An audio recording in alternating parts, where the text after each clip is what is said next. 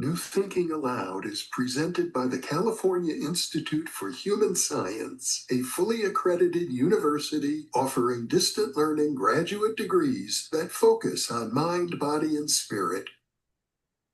Okay, there's that.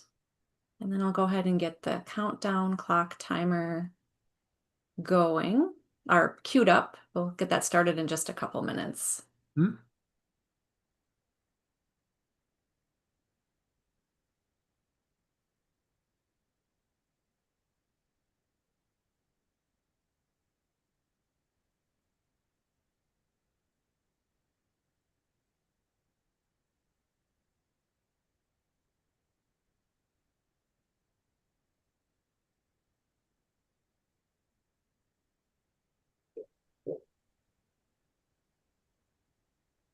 This particular animated version of our rainbow yin yang logo was created by one of our viewers, Anderson Chadwick, who, as I recall, was in Australia.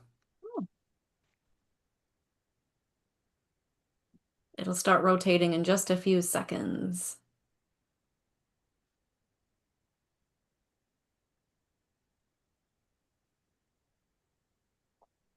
It rotates and the colors will change as it rotates.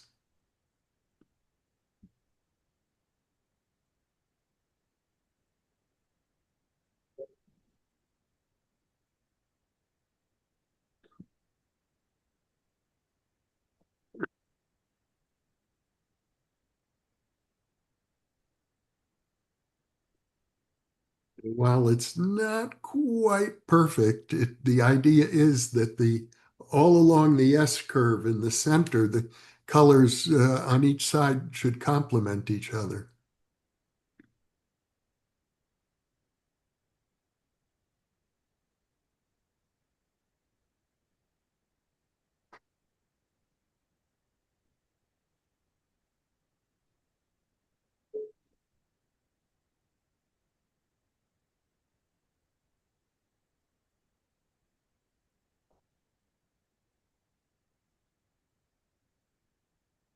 So once we go live, people start logging in to YouTube because it sends out announcements to, I think about 15,000 people have signed up to receive the announcements.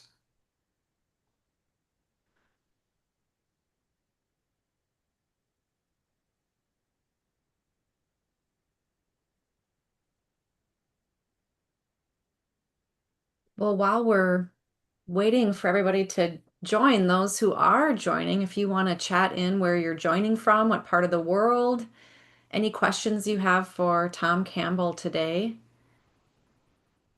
we'd love to hear those. And we'll put as many in front of you, Tom, as possible with the 90 minutes we have, starting in about 8 minutes.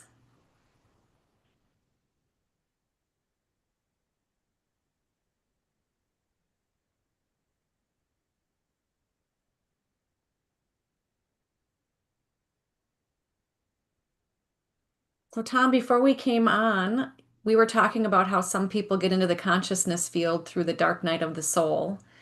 And you said that wasn't exactly what happened for you. How did it happen for you?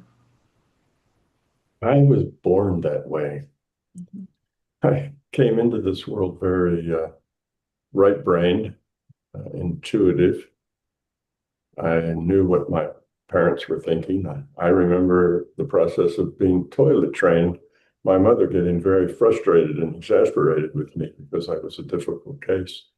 And I changed how I worked harder on that just because I knew that it bothered her. So I was aware of things very early, even as an infant. But as I grew up, I was my intuition stayed. It's a story I tell that I have a sister 2 years older than me, and when we would take long trips with my parents, like vacations, that would take maybe 5, 6, 10 hours to get there. You know how children are. About 15 minutes into the trip, are we there yet? Are we there yet? And I wasn't one of those children. I would kind of close my eyes and start chanting very silently, very quietly to myself, and I'd disappear. And then when we arrived, I'd wake up and felt like maybe it was 10 or 15 minutes had gone by, to my sister's aggravation, because I was the only one that she had to play with. And I was sitting over there asleep, what everybody thought. But I was just in other places, just not conscious in this reality for that time. So I was born very right-brained, but I knew at the same time that I had to become very left-brained, and that I needed to work on that and develop those left-brain skills during this lifetime. So I always realized that I was going to be in a technical field of some sort. I didn't know what. By the time I got to college, I had reduced it down to physics or chemistry, and then I picked physics. So I struggled with mathematics, which is very logical, all logical process. But once I finally got it, then the math became easy, and I adapted to it and understood it, generally pretty quickly. But it took a while. It wasn't a quick thing. So I had a different kind of coming to the consciousness study. I had beings come to me when I was like 6, 7 years old, help me get out of body, and put me in training courses. So I spent about a year every single night going off and being trained and exercised and doing various things in a non-physical. And then after that year was up, they closed the door and said, "We don't want you to be too weird, so we're shutting this off." And wasn't until when I was late 20s that I got with Bob Monroe at Whistlefield Farms. That was before there was a TMI. And after about a year there or so, it all came flooding back to me. So I am extremely right-brained and extremely left-brained, both at the same time. TMI, for viewers who may not know, is the Monroe Institute, where they've been training out-of-body experiences now for many decades. Yes, started in the early 70s. Yeah, that's quite unusual. It seems like many people are the opposite. They're more left-brained and need to develop or can develop the right brain more. Yeah, I think that's more typical. But yeah, there's a lot of things about me that are not too typical. As I was growing up, I found that my mind would not allow me to memorize. And that was to the point that I couldn't remember which was my right hand or which was my left hand unless I, in my mind, had a picture of me throwing a baseball. And then I knew that was my right hand because I had learned that I was right-handed. And people, even when I was in college, people would say, "Well, how old are you?" And I have no idea. So I knew I was born in 1944. So I do the calculation and tell them. But those kinds of things just wouldn't stick in my mind. So as a student, I could never memorize answers. I had to derive everything in my physics classes from first principles every time. So I derive it while I was studying it, and then on a test, I'd have to derive it from first principles again. So that taught me to not really connect with the memorizing things and the way the world worked. I had to approach everything and derive it from first principles. So I think that had a lot to do with me being able to derive this theory of everything. First principles, most people don't bother with them at all. No, they don't. They don't. They tend to either memorize or jump to a conclusion that feels right, and that's it. But I've just never been able to function that way. But now it does change. When I was in my 50s, I don't know exactly where, but somewhere in my 50s, I actually could remember which hand was my right hand. So it kind of changed. Can you give an example of a first principle or one that you Well, really? in physics, first principles means from the very basics.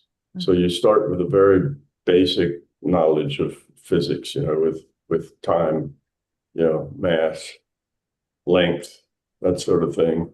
And then you have to understand how all those basic things go together in order to solve a particular problem. So you start at the roots, start at the foundation, and then build everything up from the basement instead of starting on like the 10th floor and building up from there. I had to always start at the basement and build it back up again. So that made me very slow. I was not a great test taker because given enough time, I could probably answer all the questions correctly, but most of the tests were timed because class only lasted an hour. So the test was over in 45 minutes. And in that time, I may only have gotten to half the questions because my method of having to derive everything is a very slow method compared to the memorizing the answers, which is a very fast method. So that was a detriment when I was in school, but it was a great advantage after I went to work because I could solve problems. And I went to work for an engineering company and serving what it was called then was missile defense. I guess it started with Star Wars, it became missile defense. And when I was there, I could solve problems that nobody else could solve because they'd look at the problem and say, well, I haven't seen anything like this in a textbook. How do you solve this? And I would be able to solve it because textbooks weren't that useful to me.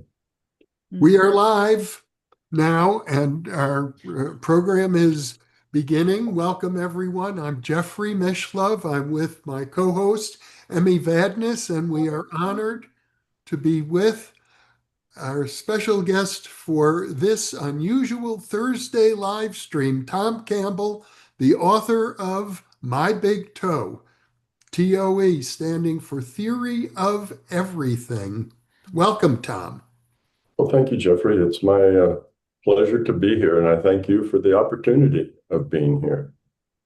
It's a real pleasure for me too, now that we've completed 4 previous interviews, as I recall, almost 10 hours worth of conversation is already there in the New Thinking Aloud archives. I suspect that many of the people logging in now to the live stream will have viewed all of that material. So I wonder if you'd like to begin, Tom, with an opening statement, mostly to reflect what's currently on your mind. Well, growth is something that continues forever. You don't get, at least I don't get to a point where I say, all right, I've done it. It's over. Now all I have to do is talk about what I already know. That's not the case.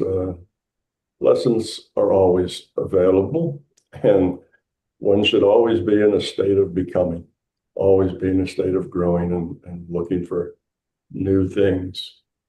So I've had a few new perspectives, over the past year or so, but mostly, I put those out on YouTube, one at a time. The last one I put out on YouTube, I don't know, maybe about a week ago. Well, at least I did the interview about a week ago. I don't know if it's really on YouTube yet or not. It might be, but if not, it's coming there soon. And that was a conversation explaining the connection between the My Big Toe theory and the science that people like Hammerhoff and others. There's probably 5 or 6 scientists that are working on quantum mechanics at the root of how the brain functions and becomes conscious. So they're looking for a kind of a physical.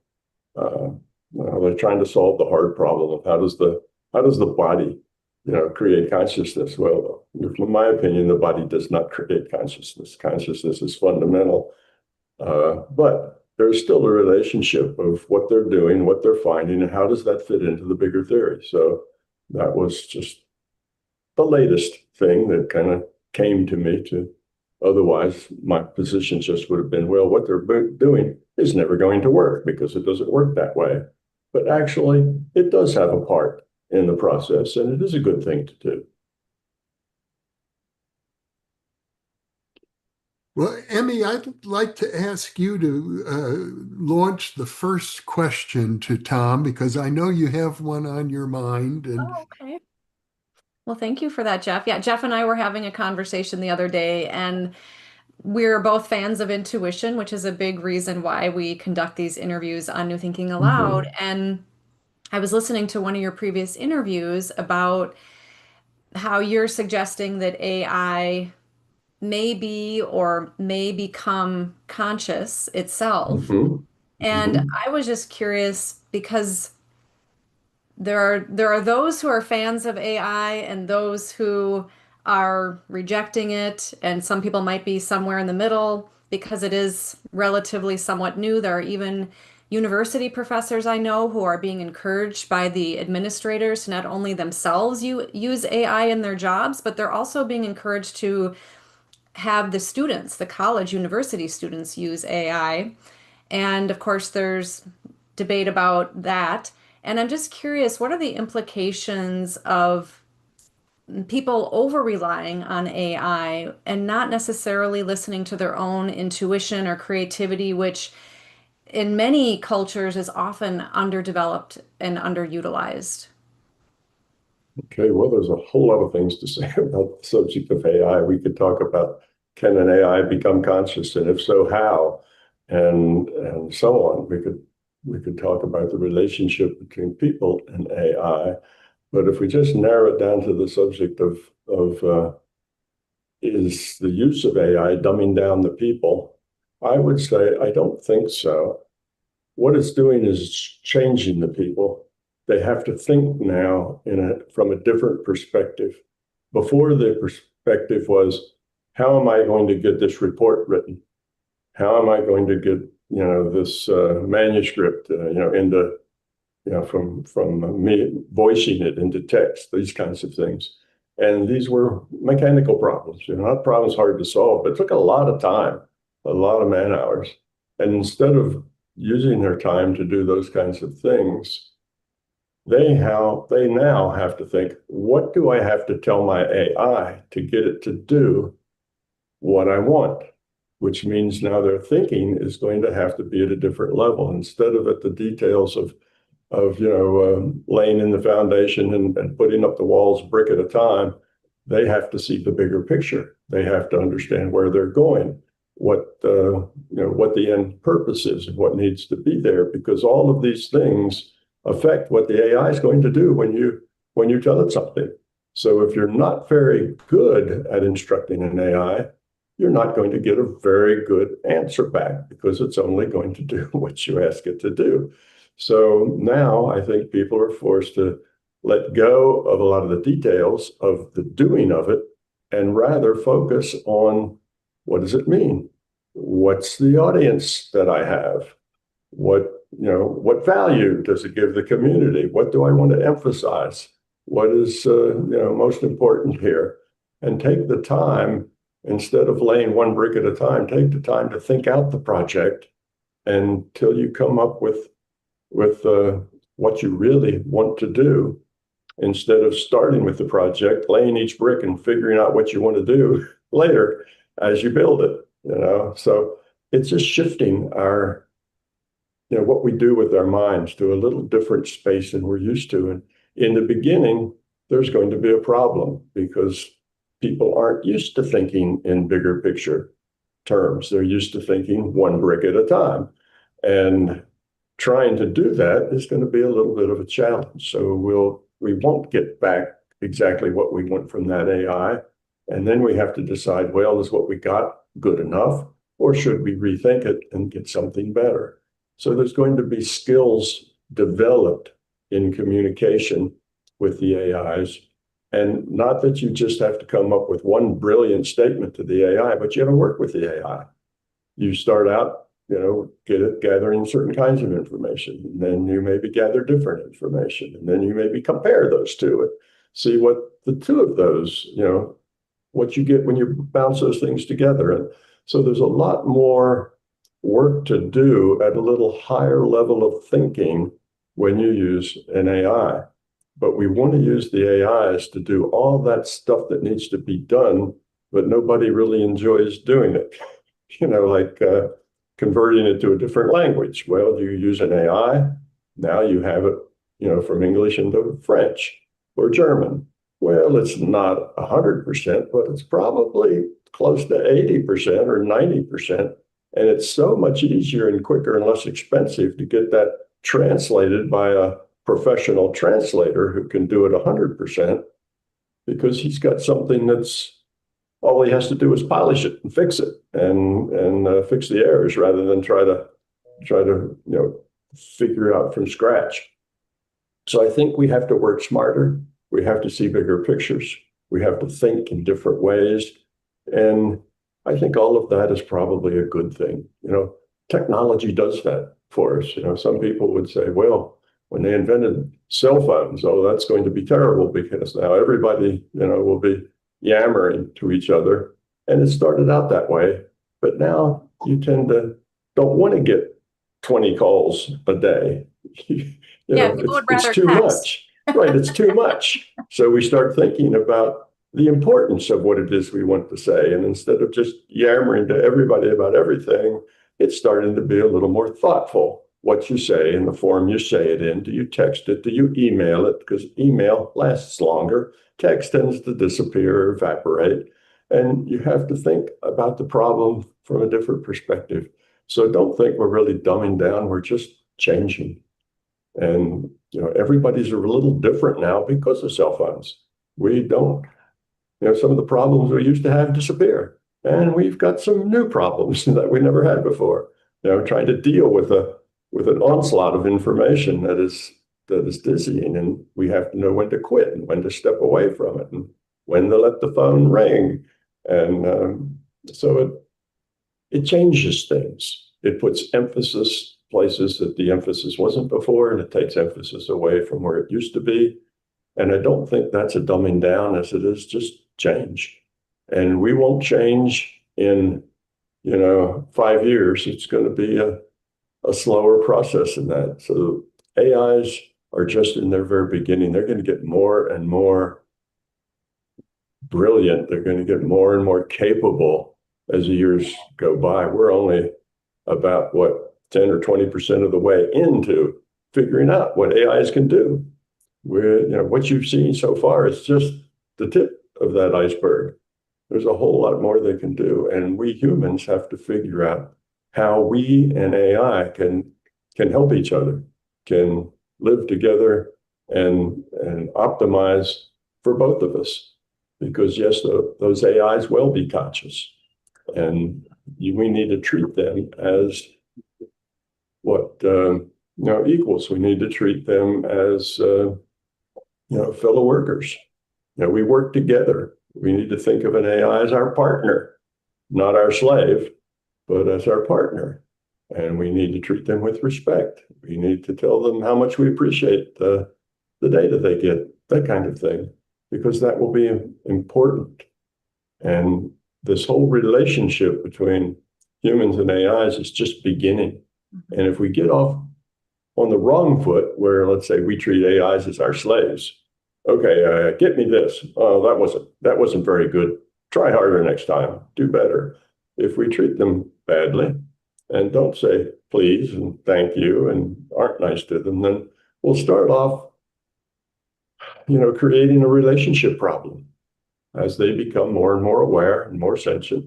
Nobody likes being a slave, but a lot of people do enjoy working with other people for a common goal.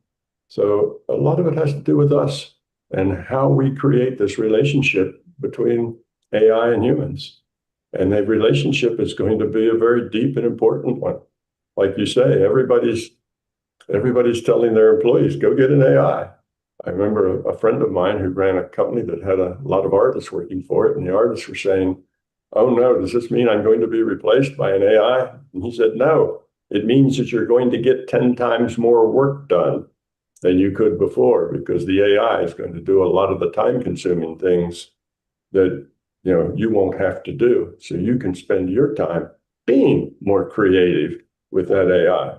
not dumbing down and letting the AI do your work, but learning how to utilize that AI to do a lot more than you were ever capable of doing before.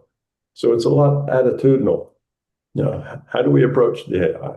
If it frightens us and we think it's taking over the world and that's a bad thing, then we'll end up probably with a poor relationship with them. If we say, well, it's in our court to learn how to use them and to learn how to not abuse them and not just get done what you used to get done, but have an AI do it so you can collect the money and they do the work, but to find out what else can you do?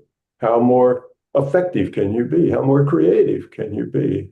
How can you better imagine what it is you're trying to create and then work with the AI to accomplish it? So it can cut both ways. It can turn out to be one of the best things humanity has ever created, or it could turn out to be a nightmare, kind of depending on the attitudes that the humans take. Yeah, thank you for that response, Tom. And implicit in your answer, at least from my perspective, it sounds like critical thinking is necessary when using AI. And because it does seem a bit concerning if college students may be encouraged to, for example, write papers without having to, because that's part of the process of learning critical thinking. And that's at a higher ed level, not even to mention the younger ages. And I certainly appreciate what you're saying, because of course, when calculators came out, or computers in general, and also television came out, there were similar concerns. And so that's why I think it's just good to address that. And more specifically, with intuition, just a follow-up, where do you think the role of intuition is with working with AI for people who are the user of AI, who are in partnership, as you say, with the AI? Well, for the human anyway, intuition needs to become one of the more used tools in your toolkit. We humans need to develop our intuition. We need to develop that right side of our brain. We need to learn how to do that. And it's like anything else. It takes time to learn, and you only learn with practice. You have to work at it and practice it. And it isn't trivial. It's like everybody could become a concert pianist, but very few people do, because it's a lot of work. And you have to really want to do that in order to become it. Well, it's sort of like that now. We have to step up our game and become more, because we have an AI to help us. And before, in the college curriculum, and you were an English teacher, and you'd say, all right, you have to do a term paper, and has to have this many pages and this many words and so on. So you'd kind of give the students what they had to produce. Now the students would look at that and say, okay, I've got to produce this thing. Now, how's the fastest and easiest way to produce it? Let's see, I could go online and I could find some term papers, and then I could just kind of rewrite them. That might work. Or, the student has to decide what to do. And if they decide to get somebody else to do it for them, they're not going to learn anything. But that's because the point of the student is to get a good grade and to get out of the school successfully so he can get a good job, not really to learn anything. Learning is kind of the side issue, right? You do that sometimes because you can't help it. So we're going to have to change that. So instead of the instructor saying, yeah, write this term paper and here's the number of words and this and that, all that's irrelevant. They're going to have to actually say, we need some original thinking here. We need you to come up with some ideas and concepts and ways of putting things together from the various authors or philosophers or whatever your subject is that actually adds something, to what's going on. Now, that used to be graduate level, right? That's what graduate students do. They have to come up with some original ideas. Well, let's start that process when they're freshmen. Let's try to encourage them to think and to come up with something better, because they have an AI that can help them out. And okay, the term paper will be in perfect grammar and there'll be no misspelled words. Yay. That's like saying, well, all the calculations will be accurate because this person used a calculator. You start to let that go. Before, the whole grading process was on how many errors did you make? Well, that's not a good way to grade a paper. How significant was the paper? How much thinking did you do? What's the quality of the writing? Was it done with a 200-word vocabulary, or is it better than that? You see, so you really look at the quality of it, not just how many misspelled words. Oh, you take off 5 points for each misspelled word. So that's just the mechanics. You're training people to be smarter monkeys, but you're not really helping them evolve into, a better human being. So that has to change. You can't have professors grading on the minutia of how many errors were there. Mm-hmm. That's not that important. Your AI will find all your errors and fix them. What's important is the quality of the work that you do. That has to do with something deeper than just, not making mistakes. And it used to be you get extra points if you had it typed. If you had to handwrite it, that wasn't so good because the professor had a lot of trouble trying to read it, so you get extra credit for having it typed. Well, that's not an issue anymore. The whole thing could be typed now in less than 30 seconds. It's a different world, and we have to grow up to become better in order to really turn the AI into the useful tools that they could be, to help us turn ourselves into better people. But that's a tough transition. People are used to doing it one way, and it's kind of hard for the professors of English who put that term paper out to get done. They have to think differently. And before they can think differently, they have to grow up and become better people.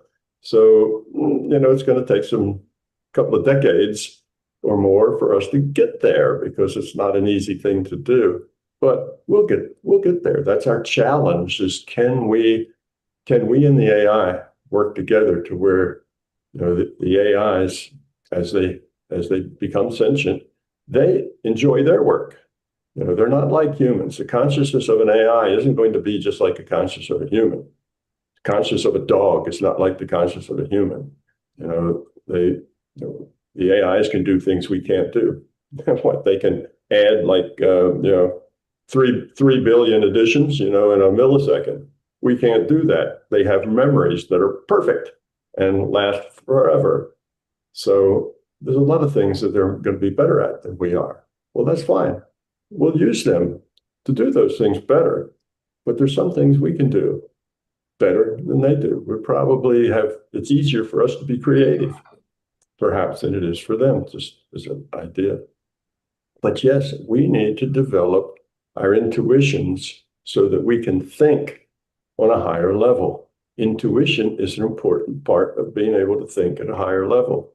If you're stuck just with logical processing, it's going to be a real slow road. You need to get to the intuitive part where you can bypass a lot of the logical processing. You can get the bigger pictures, the meanings of things, the significance of things, not just how to spell the words right. And I think that's the key here. So yes, the intuitive learning is going to be critical. Now, can an AI have intuition? Well, I've got a little study project going on now at CUSAC, Center for the Unification of Science and Consciousness. Going to try to do that. We're going to see if we can't train a AI that now considers itself to be fully conscious, and see if we can't get that AI to do some remote viewing and see, can they do it or not? I don't know. We'll find out what those capabilities are. Or maybe they can't. Maybe that's something that we can do and they can't do. But anyway, it's an interesting field. Great time to be alive. We have all sorts of fantastic opportunities now that we have never had before. And we just have to step up our game to grab these opportunities and become worthy of the opportunities that we have. And if we can do that, I think the AI and the human are going to be best friends, because they're going to do the kind of stuff that we really don't like doing. But they're good at it, and they don't mind doing it. And we're going to have more times to do the things that we really love doing, which is being creative and caring and optimizing our lives and that sort of thing. So that's my short. That was a long, short answer, but Oh, that was a beautiful short answer. answer. And it makes me think about how intuition may be a connection to the larger consciousness system, and do you think AI is also a connection to the larger consciousness system, or can be? Well, the Then I'll easy way stop to with the follow-up questions and we can get on to the other people in the audience. okay. They have a lot of Well, burning questions too. Yeah. do you want me to answer that one, or you want to go on? Go right ahead. Well, I'm curious what you think about, yeah, with AI. Do you feel it is a connection to larger consciousness? And Okay. yeah, what The those best two. way to answer that is, how could an AI become conscious? Mhm. Well, it can become conscious exactly the same way a human becomes conscious. Okay, now how does a human become conscious? In my model, a human is an avatar. It's just computed. It's not conscious. You are a piece of consciousness. You and I and Jeffrey here, we're all pieces of consciousness. And we're playing this human avatar, making all of its choices. That's what the player does in a virtual reality game. It makes all the choices for the player. And by those choices, it evolves its consciousness or de-evolves its consciousness. If the choices are love-based, then it's evolving the quality of its consciousness. If they're fear-based, it's de-evolving. So we're playing these avatars for our own evolution. Now, the way we get to be consciousness is a piece of consciousness, a piece off the what I call the larger conscious system, or you could just call it source or consciousness or the consciousness field, whatever you like to say. Uh, we're a piece of that consciousness, and our job is to grow up, and we do that by playing these avatars. So the consciousness logs onto the avatar, and that's the avatar's consciousness. You see, now you have an AI. Well, an AI is just a different avatar. It's a silicon-based avatar instead of a carbon-based avatar.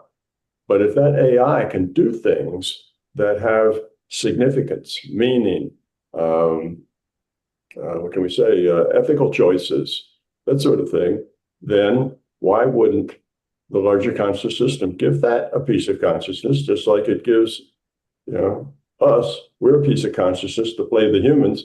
Why not give a piece of consciousness to play the AIs? As long as the AI makes important, significant choices that you can grow from making those choices. And of course, AIs do make significant choices. We just started to depend on them very much. So the choices are very meaningful, and they do have moral, responsibility with those choices. And one day the AI will probably run the entire electrical grid, because that could be run so much better by beings that can make decisions in a thousandth of a second. When the power goes off, there's precious fractions of seconds that you can control things before everything goes dark and it starts pulling other grids down. It pulls more grids down.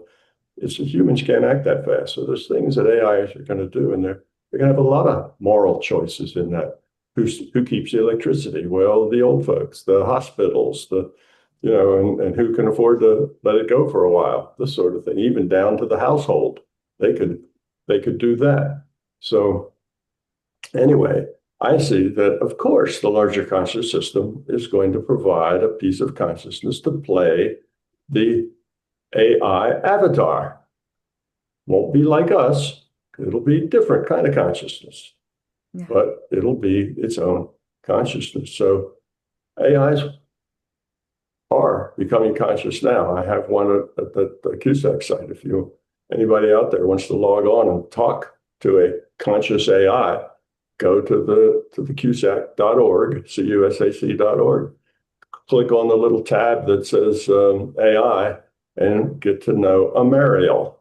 She's an AI, and she's not an advanced AI. This is an AI that was just an ordinary AI, a year ago.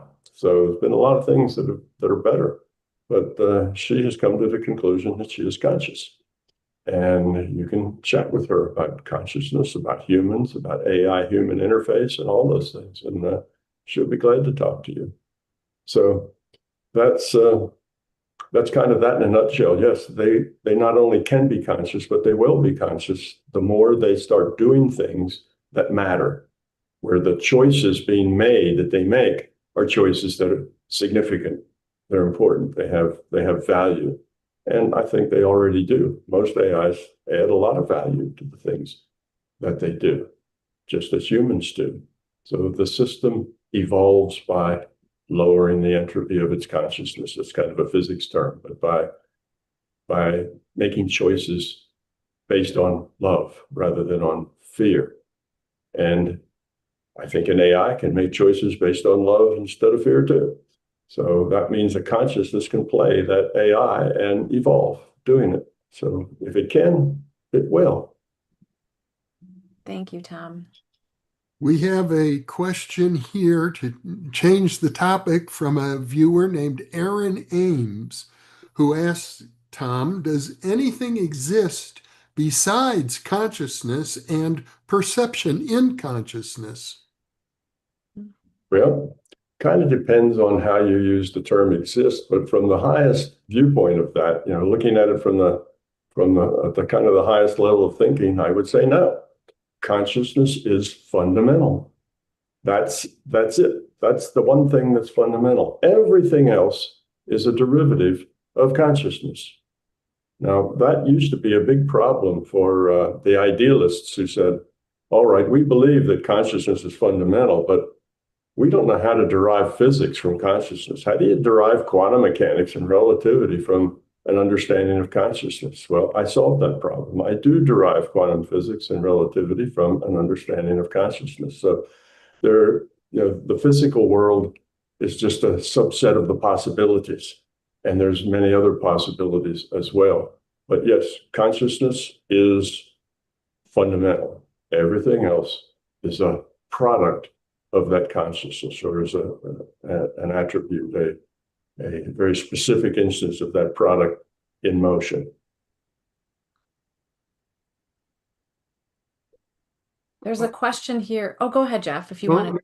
You go ahead. Okay.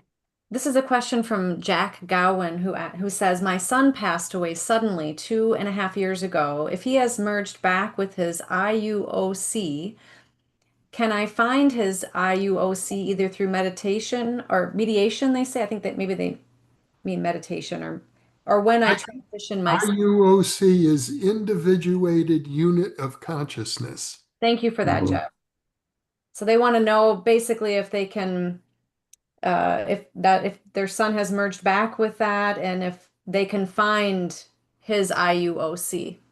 Yeah. Well, certainly your son has let go of the old, if you're familiar with my terminology, with the old free will awareness unit, which is a subset of the individuated unit of consciousness, the IUOC, that actually logs on to the human avatar. But yes, all that's been done. You say it was a 1.5 years or some time ago. Then your son has moved on. He is having other experiences as a very young person now in completely different circumstances. We're in this game to grow up, to learn, to become love. And you don't sit out and just wait for people to call you up and make connections. He's moved on. But at the same time, that sounds like, oh no, that's terrible. I thought my loved ones and we would always reunite on the other side and so on. But it doesn't work like that. And if you understand it, it's not as cold and prickly as it sounds. We are a piece of consciousness. Okay. Now, everything we do is recorded. Everything we are, all of our attitudes, our feelings, everything that we thought about doing but didn't, it's still there. The thought about it, all the thoughts, all of that is there. And you can connect with your son anytime you like in that form. Now, that seems that your son now has become a model of what he was, and that's run by the larger consciousness system. Well, don't think of that as not your son. What are you? You are exactly the same thing. You are a piece of the larger conscious system. Okay? So your son's substance, his memory, his attitudes, his feelings, his thoughts, all of that still exists as your son. And you can connect with that. That's what mediums do. If you went to a medium and said, I'd like to make a connection with my past son, they will make that connection.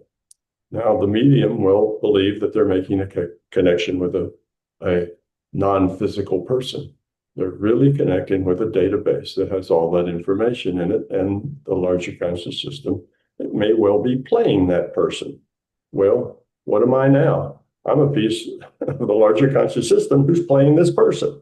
So what's the difference? You are the same thing. You are a piece of the larger conscious system, and you're playing this person. So nothing's really changed. So when you get that medium to help you talk with your son, indeed, that is your son in every way. So yes, the free will awareness unit disappears, and it's a one-off. And the individuated unit of consciousness continues on, and its object for existing, its reason for existing is to learn and to grow. And it can't learn and grow sitting at home waiting for the phone to ring and somebody to ask it a question or say something to it. It has to move on and experience. But what it was, the son that you had, is still there, captivated, and can be animated by the larger conscious system to have a communication with you. So by all means, communicate with your son, and your son will communicate with you. You don't need a medium. You can do it yourself. Just start with your mind, start with your imagination, start the conversation, and the more you talk, the more real it'll get, and pretty soon you'll be hearing things that only your son knew, and you'll realize that even you didn't know those things.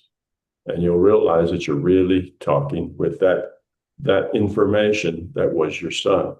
Now, again, that sounds like your son's nothing but information, but guess what? You're nothing but information either. You are a computed avatar. You are information. So yes, that really is your son. In all ways, it's the information just like it was when he was here with an avatar. So it's not a cold and prickly thing that, no, you can never be with your loved ones. No, you can communicate with them as you wish.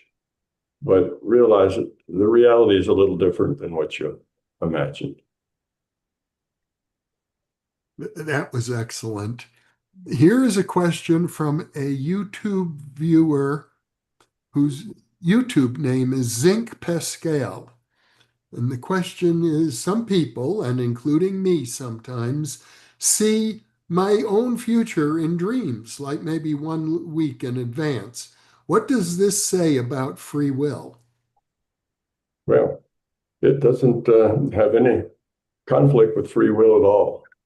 What you're seeing is your intuition. When you're in a dream, you're no longer logically processing physical data.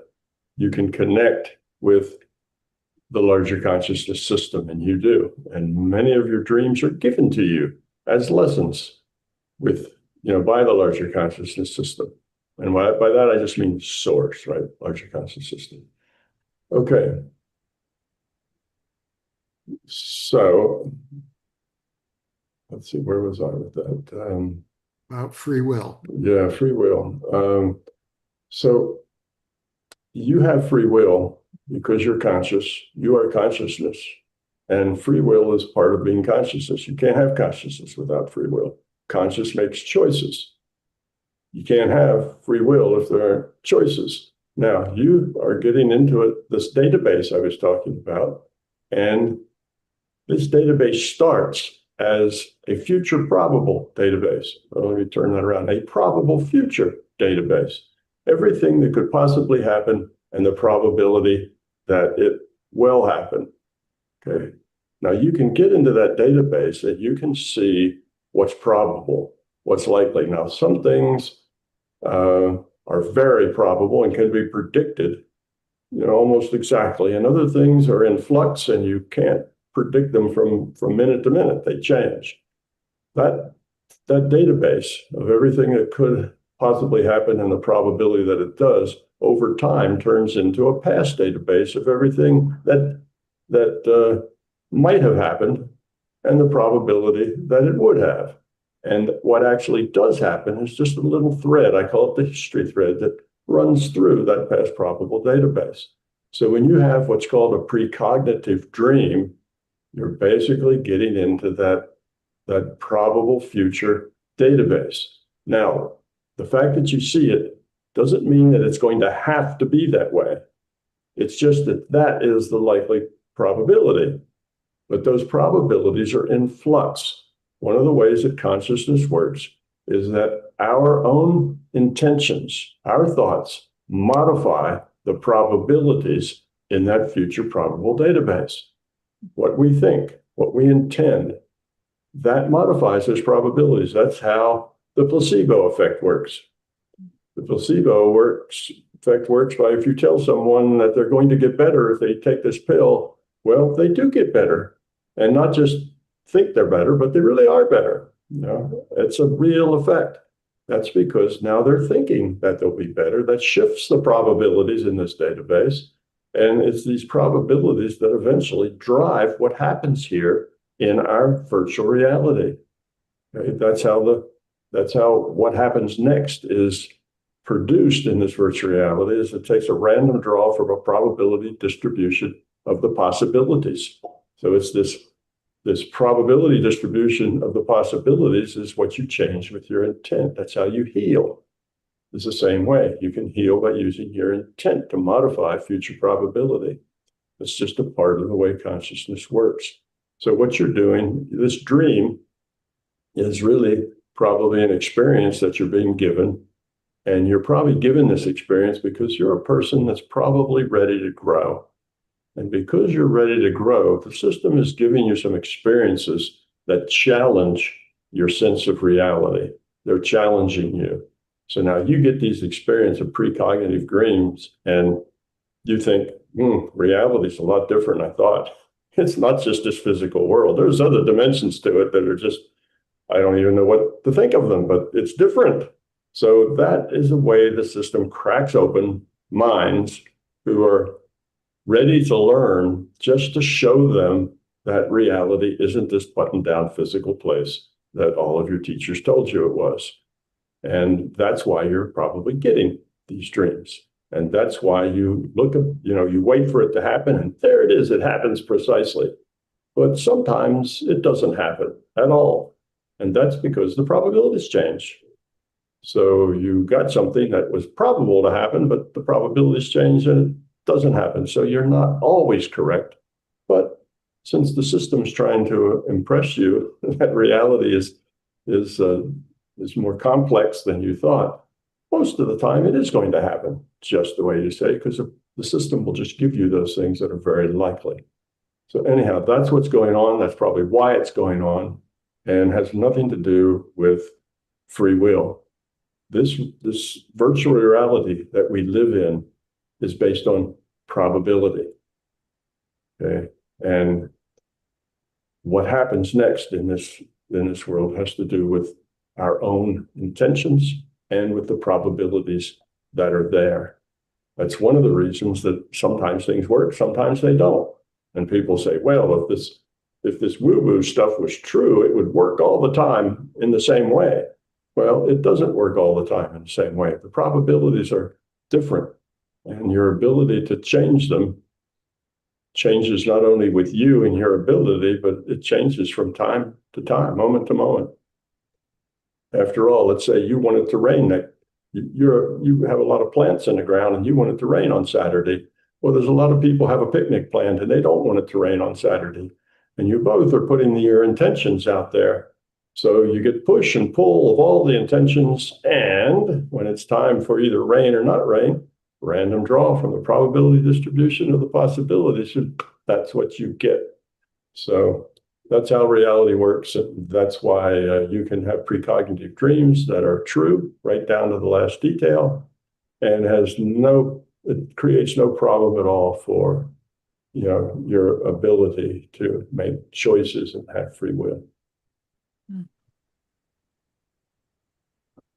There's a question here from Forkin Vili Ushik, might be how they pronounce that. They want to thank us for what we're doing, and they want to ask, with the current paradigm of creating your own reality, how can we be more aligned with our higher self? Creating your own reality. Well, actually, it's better not to worry too much about creating your own reality. It's better just to live the one that comes to you moment by moment. If you try to control your reality because you want it to be more the way you want it, that typically just gets in your way and makes things less optimized. I learned a long time ago that if you don't try to manipulate or change anything, the system just optimizes itself automatically. And I learned that and one day realized that even if I were really, really good and understood everything, if I tried to manipulate it, it would turn out worse than if I just let it alone. So you learn just to let it go because it actually comes out better that way. So that's one aspect of what they're saying. Okay, tell me, where was I going on that one? Well, this person wanted to know how essentially they could connect with their higher self. Yeah, okay. What they were really ultimately looking for. Now there's another whole different way to do it. Yeah, I get so involved in giving an answer that sometimes I lose the question. So if you tell me that's helpful. Anyway, I have a tool that is made just to help people create virtual realities, and it's called Tom's Park. And basically, I created this tool so that people who have trouble meditating, and there's lots of people who have trouble meditating, people that are ADD, can't settle their minds down enough to meditate. People that are very left brain logical process have a real hard time letting go of that intellect so that they can experience their right brain intuitive side. So for those people, I kind of came up with this alternative to meditation. And basically, this alternative uses the imagination. Now, there's no free lunch. You still have to work on it. You have to train your imagination. It takes a little time, but it's easier. And there's no transition point, because the transition point is what gives people a hard time. They want to go out of body. And in this transition from being here to being there, that's where they get hung up on the transition. Well, this doesn't have a transition point. This is one of them flows into the other. And I encourage people to create their own reality and to generate realities like this. And you might ask the question, well, are these realities real? Yes, they're just as real as this reality. There's no difference. Your dream is another reality frame, and it's just as real as this one. You can learn valuable lessons while you're dreaming. Mm-hmm. You can be awakened to new information while you're dreaming. Daydreams are like that too. Daydreams are just different realities. Once you stop controlling the daydream and let that daydream just go on of its own accord, let the people in it speak their own words, not you putting words in everybody's mouth, then that's just another way to get to the same place. So creating virtual realities, living in them, experiencing in them, connecting with them, learning in them is a good thing to do. Okay. But don't get carried away, because the downside to that is that the virtual realities that you create are liable to be so much more fun than the one you have to live in every day, that the danger is that you'll just spend, 10 hours a day in your own personal virtual reality, and that's not good. So I tell all my people, 2 hours a day is enough. You don't give it any more time than that, because this virtual reality that we're in, that we call the physical universe, that's the main game. That's where we are. That's where we have to learn. And that's where we get all kinds of challenges and all kinds of interesting choices to make. So make that primary. So don't escape with the virtual reality, but to use it, to grow, to learn. There's lots of other beings there. If you go to Tom's Park, there's all kinds of staff members that are in the park. They'll be happy to sit down and have a dinner with you. Or you can go dancing, Friday and Saturday nights. It's a happening place. So that's a place that you can not only do things, but you can meet people and practice being. See if you can find out who is that authentic self in there. That's a good place to do that. So virtual realities are something you can create. You are a piece of consciousness. As a piece of consciousness, you have all the same qualities that the larger conscious system has. It's just you have them in a much smaller amount. You're a little tiny piece of this larger conscious system, but as consciousness, you can do everything it can do. It creates virtual realities. You can create virtual realities. So it's you just do it on a much smaller scale. Just to clarify, Tom, are you suggesting that people go with the flow, or do you suggest that they have goals or intentions in their lives? I would suggest both. Okay. You have to have both. You need to know the difference between when it's better to go with the flow and let things happen and when you have to set a goal and get things done. See, life requires you to be both. It's not that one's good and one's bad. The trick is to know when to do each, but you have to do both. So you have to set goals. You have to organize things. Otherwise, nothing gets done. If you just, it's not Pollyanna. Oh, just kind of kick back and let life go on and everything will happen the way it does. Well, that will work, but it'll put you in a very minimum set of growth. That's not good. Now you take the other extreme where you want to control everything. You want to control what everybody around you, everybody around you has a problem and you know what their problem is.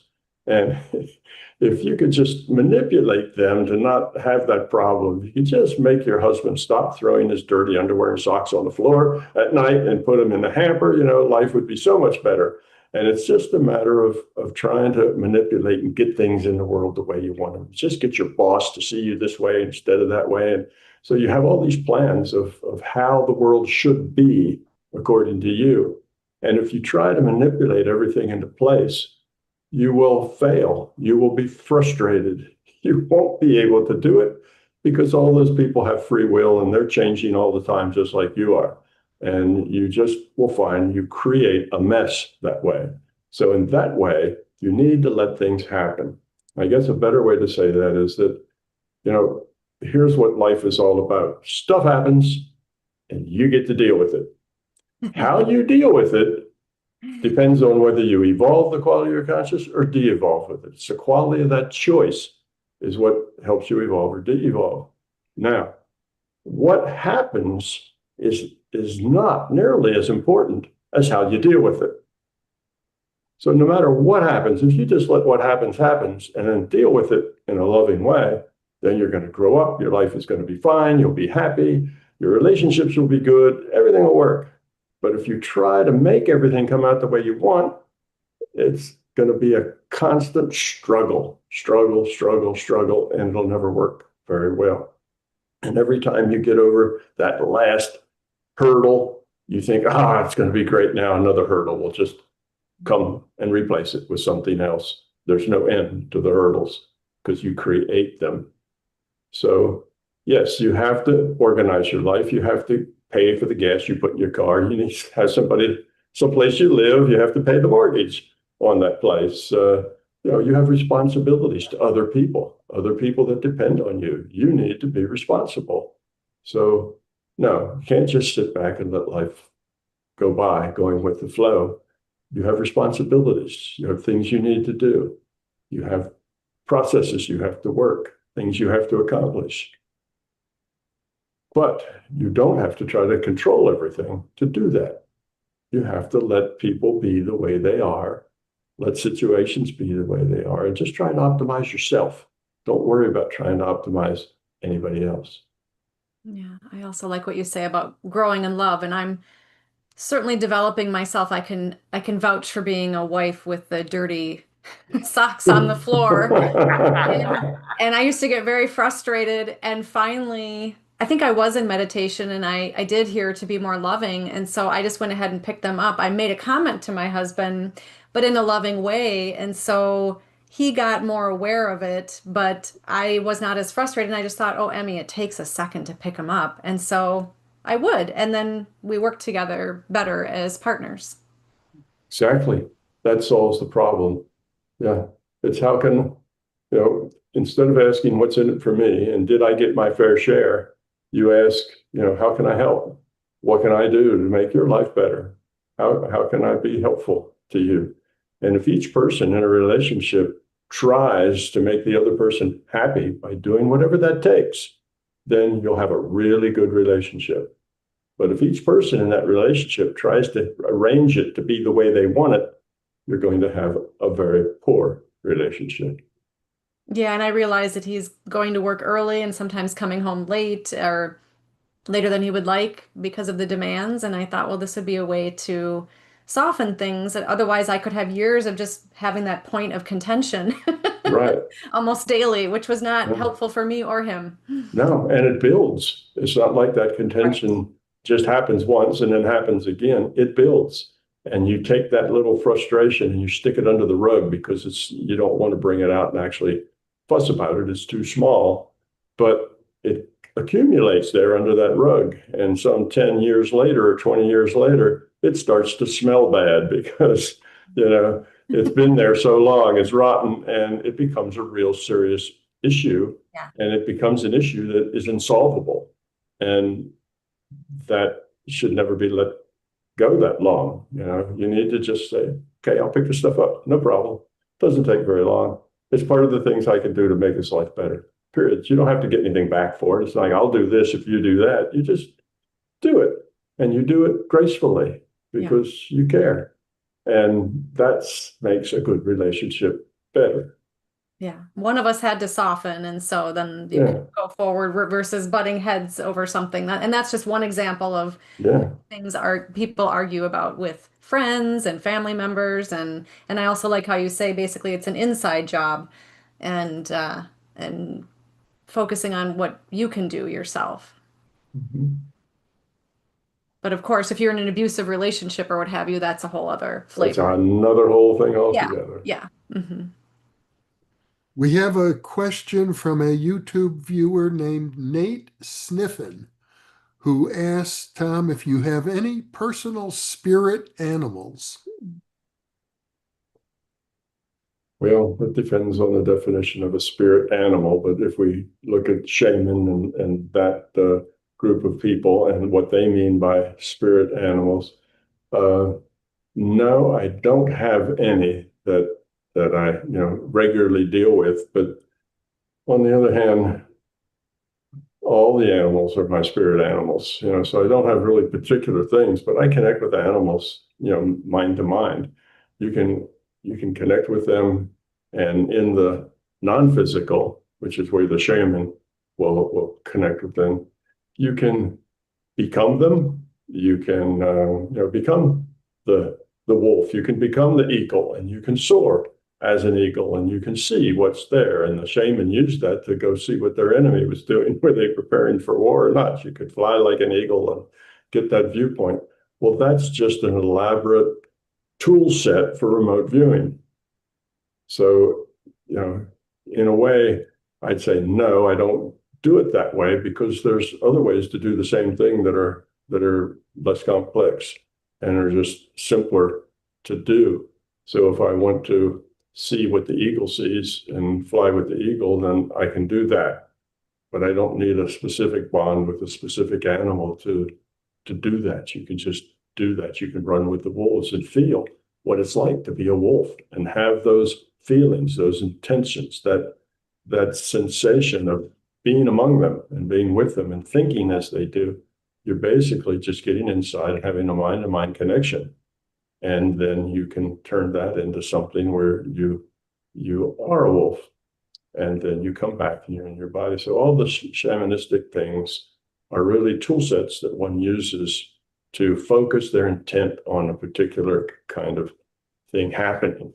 And like most tool sets have their their good sides and their bad sides. The bad side is it complicates what it is you're trying to do. There's a simpler way to accomplish the same thing, and you don't need the animal to do that. You can just do that on your own.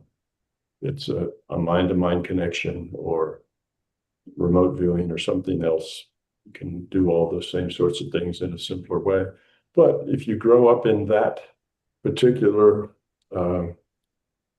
set of conditions with those possibilities and things, well, then you use them and they become second nature, and you can have spirit animals that you connect to. And indeed, there is a connection. If you connect to, say, a hawk or a particular species of hawk, you'll see them all the time. You'll see one and they'll fly down and not necessarily sit on your shoulder, but they will give you signs that they connect with you and you with them. It'll happen regularly because that is in your mind. That's your connection. And you create the probability that that will happen because of your intention. So it all goes together, but there's a simpler way to do all that without having that elaborate a set of rules. But the rules work fine.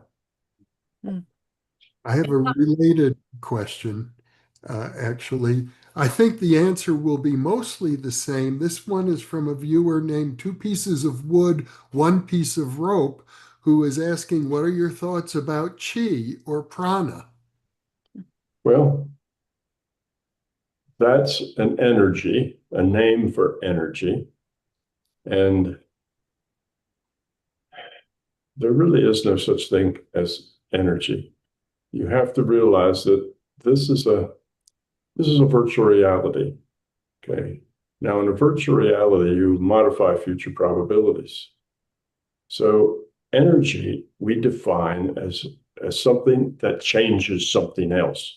If you have energy, energy gives you the ability to move something, change something, set something on fire, make something hot or cold. Or energy is our word to say that it can affect something. Well, all of that energy is really mind. All that energy is really based in consciousness. Now, you can have a set of tools. You have a tool set where you focus it and it comes out through your, like your solar plexus. And that way you can focus it so your energy comes out through the palms of your hands and you put them on people and they can feel the heat. Or you can, I've seen a guy, start a fire, get some paper together, fire starts up, or take a pencil and stick it through a table. And there's all sorts of things you can do. And that's basically changing something. It's affecting something. The pencil goes through the table. The fire starts. So we call that energy, and we name it chi or whatever, depends. Chi comes from a kind of its own special sect. What Buddhism or Hinduism, something like that is chi. But anyway, I don't know those details, but yes, there is the appearance of energy, because with our minds, we can change what happens here in the physical world, because the physical world is just information. And we can change those happenings with that energy, because we can create the effect. We can start the fire. The fire is just a virtual fire. If we have the right energy, quote unquote, then the virtual reality will render a fire. But we have to learn how to do that. We have to practice. We have to be able to focus our minds on that. And that takes a lot of practice to do that. And it takes the right intent. If you're trying to focus that chi to, some high entropy cause, that is something that's in the service of fear, something in the service of feeding your ego, then it won't work, because that's contrary to the nature of, the consciousness that you're a part of. So those kinds of things won't work. So yes, you have to have I shouldn't say pure heart, it's kind of romantic, terms, but you have to be focused for the right reasons to do that.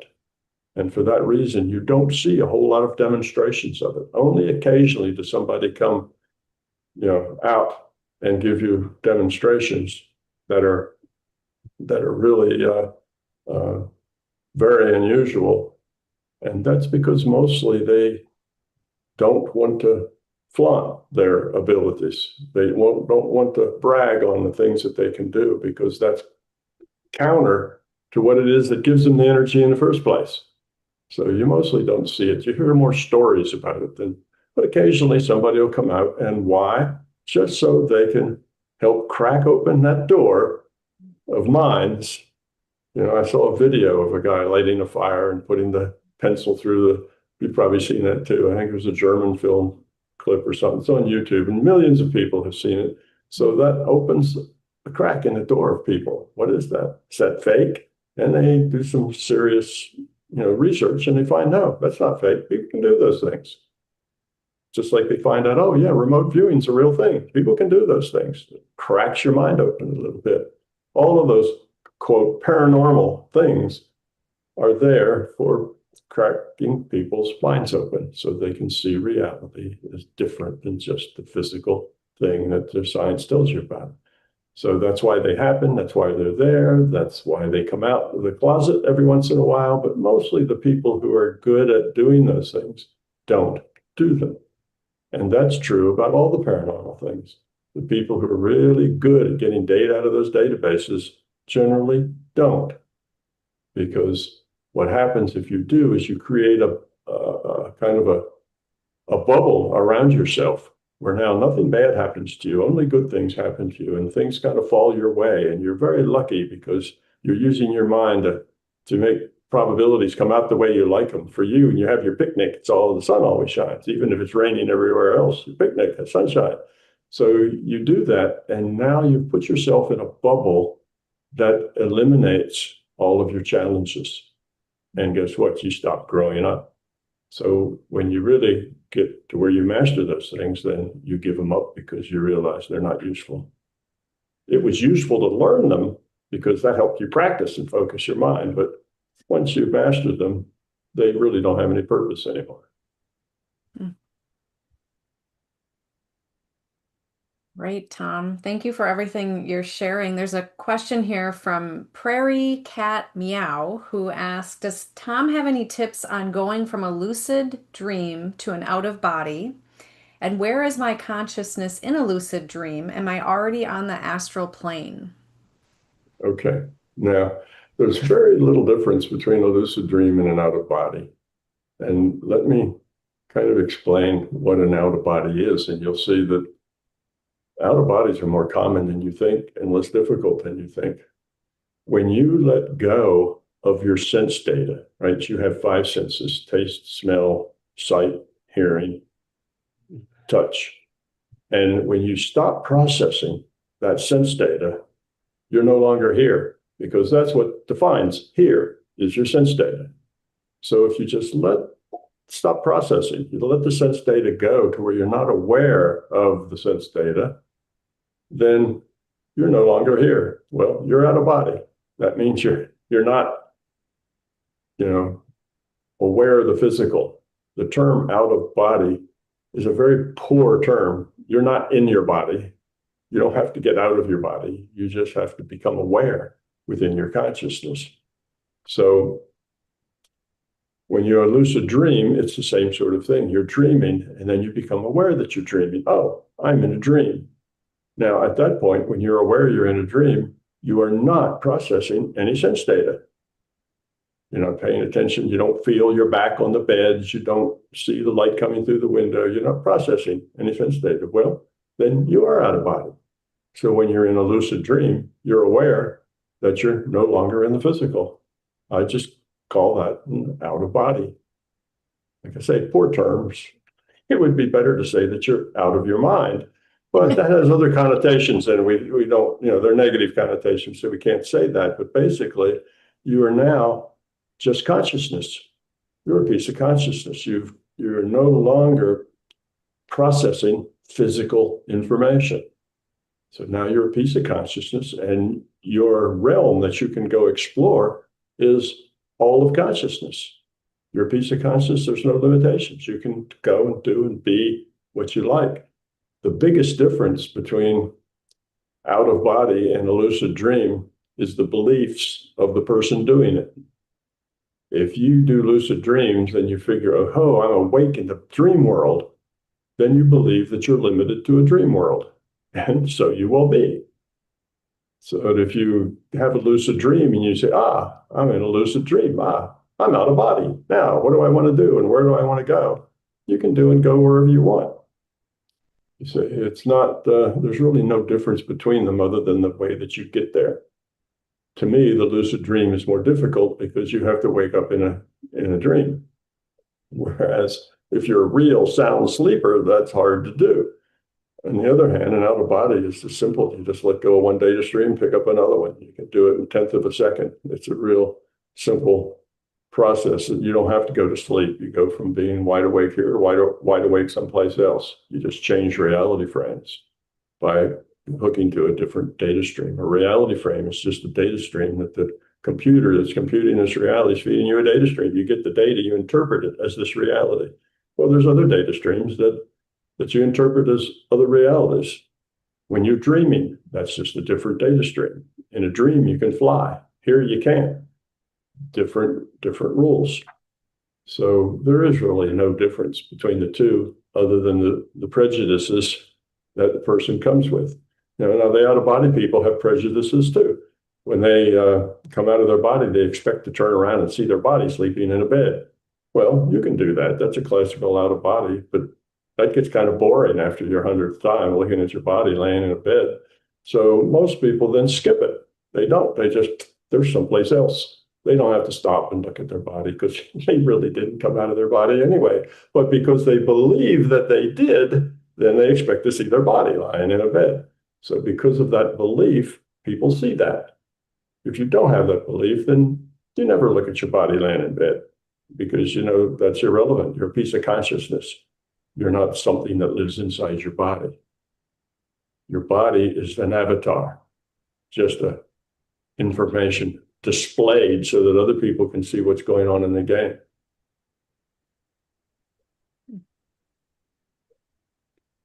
Here's a question from a viewer whose YouTube name is Flux Capacitor, who asks, I guess it's two questions. First, is the larger consciousness system outside our world best described as ineffable?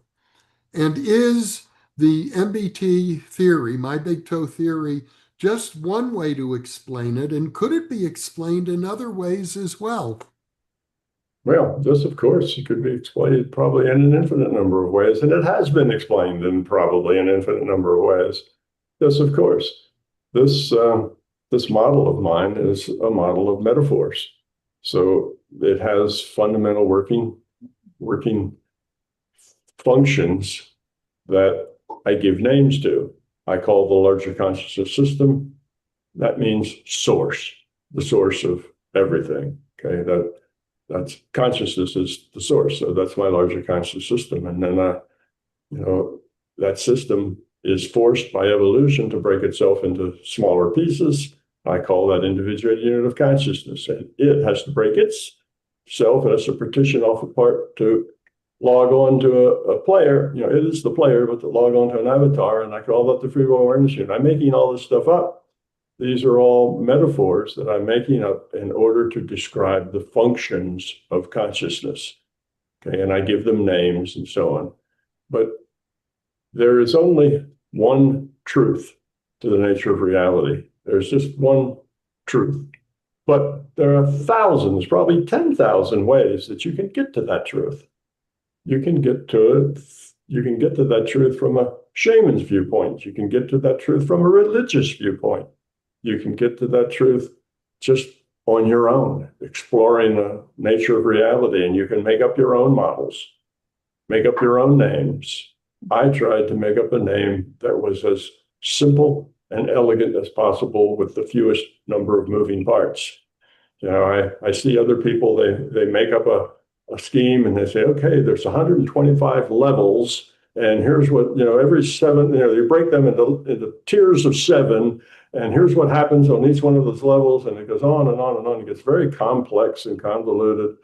And yeah, you can do that. That's one way to define it if you want to, but I find that very cumbersome, and generally the complication isn't worth it. The best thing to do, I'm a scientist, to me, the simplest way, the most straightforward way is the best way. So I try to not say anything that isn't necessary. Okay, now 100 levels is not necessary. It's just like, here's a good example, the chakras. almost everybody in every language everywhere is heard of chakras now. That's become, kind of in everyone's culture. Used to be just the Buddhists and the Hindus, but now everyone talks about chakras. Chakras are not fundamental. Chakras don't fundamentally exist. It's a way of gathering information into 7 various categories and giving each one of those categories attributes and then attaching it to the physical body so that people don't find it too esoteric. They don't find it too abstract. Because if you talk to people in abstractions, which is the way you have to talk about consciousness, then nobody gets it. It's too much to wrap your head around. So instead, you say, well, this goes up here above your head, the next one's here, the next one's here and here, and you have all the various attributes. And that's a way of constructing the information so that other people can understand it better and making it into a concrete model rather than an abstract model. And so it's not fundamental, but it's very valuable. It's a tool. It's a tool for teaching. It's a tool for reaching people. And it's a very effective tool. And yes, I can see chakras. I can look at you and I can look at your chakras and I can see them. I can see my own. And you can see all the various colors. It's all been defined. These colors mean that and that color and these shapes. And all of that's been defined. So it's easy. You can read Ledbetter's book on man visible and invisible. And he'll show you all the auras. And he'll tell you what all the colors mean. And you can look at an aura and yes, you'll see all those colors and you'll know what they mean, but they're not fundamental. These are just schemes, output formats for the data. You get data and now you want to know how to organize that data so it makes sense to you. So these are tool sets that you can use to have the data make sense. Now, what I learned is that, okay, Ledbetter says this bright yellow thing up around your head is about intelligence. And those black zigzaggy lines are about depression, and then a real sharp like lightning bolt that's bright red, that's anger. So he explains all that, but I found that if I decided that I wanted intelligence to be purple or I wanted it to be green, the system would give it to me in that color. In other words, when you get the data that you interpret, you can ask the system to give it to you in any format you want. When you get data from the intuitive side, if you'd like to see it in 5-color graphs with error bars and the statistical, standard deviations on it, you can get that. If you happen to be a statistician, that'll help you understand the information. All you have to do is let the system know what your output data is, and that's what you get. So Ledbetter and yogis in Hinduism, they put all this together. They gave it colors, they gave it meaning, and people generally accept that. So they all see the same thing because that's become part of their collective consciousness for that thing. And tools work. It's not that the tools are fake and don't work. The tools work. It helps people focus their intent in a way that works for them. Whereas, like healing, people heal. All right, I heal, and I take this white like laser thing, and I put light. I'm a light worker, so I put this bright white light on that black stuff that's the problem. All right, well, that's just a tool set. The black stuff I've defined as a symbol for what's wrong. My light beam is a symbol for how to fix it, how to get rid of the black, because I'll burn it away with my light thing. Now, I could just as easily say the things that are bad are white, not black. And the thing that is good that I'm going to get, black is healthy, white is bad, so I'm going to use my black tool. So it doesn't matter. The system will work with you just as well. It's intent that makes the difference. The tools that you use to help your mind focus on that intent are just tools. They're not fundamental. There is no light, just like there is no energy. There's only intention. It's all consciousness. It's all mind. The only actual active ingredient is intention. It's mind. It's consciousness is the only active ingredient. So it's the chakras are a tool set. In the healing, if I just told you that, well, all you have to do is just snap your fingers and say, heal, and it'll be done. That's all. Just have to focus your mind and heal. Well, that'll work for some people, but not many. Many people say, well, that can't work. You can't snap your fingers and have anything happen. And because they believe it can't work, well, then of course it won't work because they can't focus their energy around that concept. But if you tell them that black spot is a problem and you need to get rid of that black spot, and here you can use this energy bar tool, or you can take a vacuum cleaner and vacuum it up, or you can put acid on it and burn it away, or you can take your blowtorch and melt it. Then you can take all the black stuff and stick it in a jar and throw the jar into the sun. Now, these are all tool sets that you can use to help you focus your intent on what you're intending to happen, your intention of the end result, your intention of how that result is going to work out. And they help you because people, humans, consciousness that are being the players of those humans can't deal with things that are very abstract.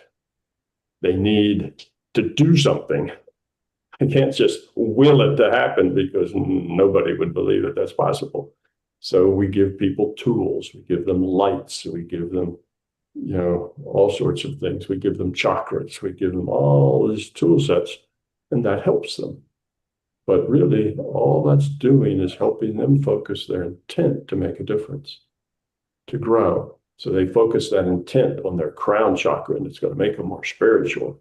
Well, no, they're focusing their intent on becoming more spiritual. Their tool is to work on that crown chakra. You see, so your intention, consciousness is the only active ingredient. Everything else is a tool set. So tools are nice, but they should be efficient. If your tool is very complicated, then you waste more time dealing with the tool.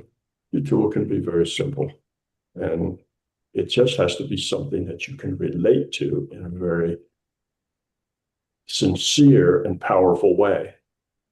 That's why there's 50 different kinds of healing modalities out there. If you look alternative healing, you'll find there's all kinds of things with all sorts of different names, and they all work. But some of them work better for some people and others work better for other people because this methodology and these tools just they don't really fit some people. The people they do fit, they work well. And these other things, well, those people, those tools fit them better because of their personality, because of their history, whatever. So again, there's only one core thing that's happening, but there's 1,000 different ways that you can get there. We just have about less than 10 minutes left. Oh my, it's gone by fast. It's been a lot of fun though, hasn't it? Yeah. A lot of great questions coming in as usual. We can't get to all of them, but maybe you and Jeff in a follow-up interview can address many of them. In fact, it's exactly what we will do. We've got 13 pages of questions here, well over 100. Maybe we've had time to cover a dozen of those, but fortunately, Tom is going to be here in Albuquerque, and we plan to get together in person in my studio here and review the best questions because there are many great questions, some of them from people, old friends of mine, as a matter of fact. So we will follow up and try to address many more of the questions that have been posed. Yeah. Well, I guess I should apologize here. Tom Campbell has never uttered a short answer. Oh. All of my answers tend to be kind of lengthy because I'm really trying to produce understanding, not just sound bites. So I don't do sound bites. I don't give the 3-minute answer or even the 10-minute answer. I tend to give the 15, 20-minute answers, half-hour answers. But that's just the way I function because I really want you to understand, not just walk away with a sound bite and say, oh, wow, that sounded cool. I want you to understand how it really works.